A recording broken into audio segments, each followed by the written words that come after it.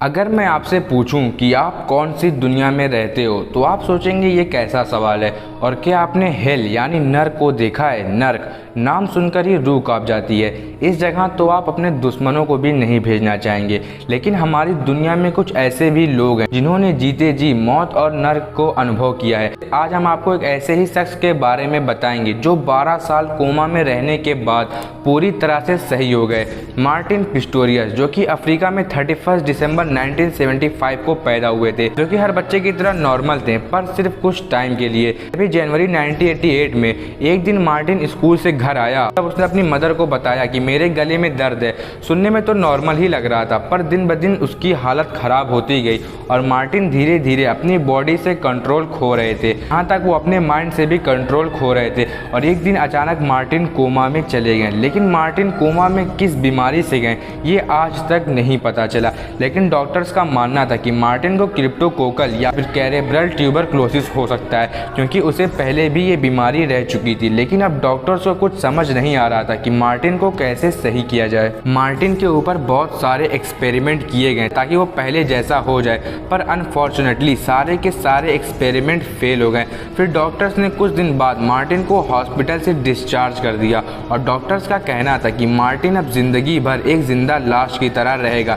ये बात सुनकर मार्टिन के घर वाले टूट गए, पर तब भी वो ऊपर वाले से मार्टिन के सही होने की दुआ करते थे। लेकिन ये किसी को नहीं पता था कि मार्टिन कभी होश में आएगा भी या नहीं। वैसे कोमा कोई छोटी बीमारी नहीं है। अगर इसे आंकड़ों से समझा जाए तो 50 से 60% लोग कोमा से कभी वापस नहीं आते और मर जाते हैं। और अगर कोई इंसान कोमा में 7 दिन से ज़्यादा रह चुका तब उसका सही या होश में आने का चांस सिर्फ 7% ही रह जाता है। और अगर कोई 2 हफ्ते तक कोमा में रहता है सिर्फ 2% ही चांस रहता है वो ठीक हो जाए। तो हम कह सकते हैं कि कोमा से लड़कर बाहर आने के लिए बहुत कम टाइम मिलता है। पर मार्टिन पर इन आंकड़ों का कुछ खास असर पड़ा नहीं। मार्टिन 10 साल से भी ज़्यादा का समय एक जिंदा लाश की तरह बिताया। अपने उम्मीद छोड़ दिया था कि मार्टिन कभी सही हो पाएगा। इनफैक्ट मार्टिन की माँ भावुक होकर रोती थी और बोलती थी काश ये सब यहीं ख़त्म हो जाए। हालांकि उसकी माँ का कहना भी कुछ गलत नहीं था। लेकिन एक दिन ऐसा चमत्कार हुआ जिसने डॉक्टर्स को हिला दिया, क्योंकि मार्टिन पिस्टोरियस को होश आ चुका था।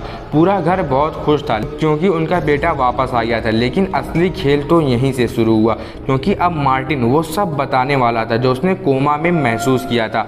मार्टिन को जब होश आया इनकी उम्र 25 साल हो गई थी। कोमा से वापस आने के बाद मार्टिन ने ऐसी ऐसी बात बताई जिसने सबको हिला कर रख दिया। मार्टिन के मुताबिक इन्हें कोमा में जाने के कुछ साल बाद होश आ गया था। मतलब मार्टिन को सब पता चलता था, उसके आसपास कौन है, क्या कर रहा है और क्या बातें हो रही हैं। लेकिन मार्टिन का शरीर अभी भी बेजान था, बस उसका दिमाग ही चल रहा था। मार्टिन एक ऐसी दुनिया में कैद हो गया था जहां से वापस आना लगभग नामुमकिन था। और तो और जब मार्टिन लोगों की बात सुनता, अपनी माँ के रोने की आवाज़ सुनता और जब इसे पता चला कि अब ये कभी कोमा से बाहर नहीं आ पाएगा, तब मार्टिन पूरी तरह से टूट गया था। मार्टिन अंदर से तो ठीक हो गया पर बाहर के लोगों को कैसे पता चले? उसे अपनी ज़िंदगी एक जिंदा लाश की तरह ही जीना होगा। आप खुद सोचे, कोई इंसान सुन सब रहा है, समझ सब रहा है, पर वो अपने हाथ की एक उंगली तक नहीं उठा सकता। कितना डरावना है ये पर। लेकिन मार्टिन के फादर जॉन पिस्टोरियस वो मार्टिन का बहुत ध्यान रखते थे।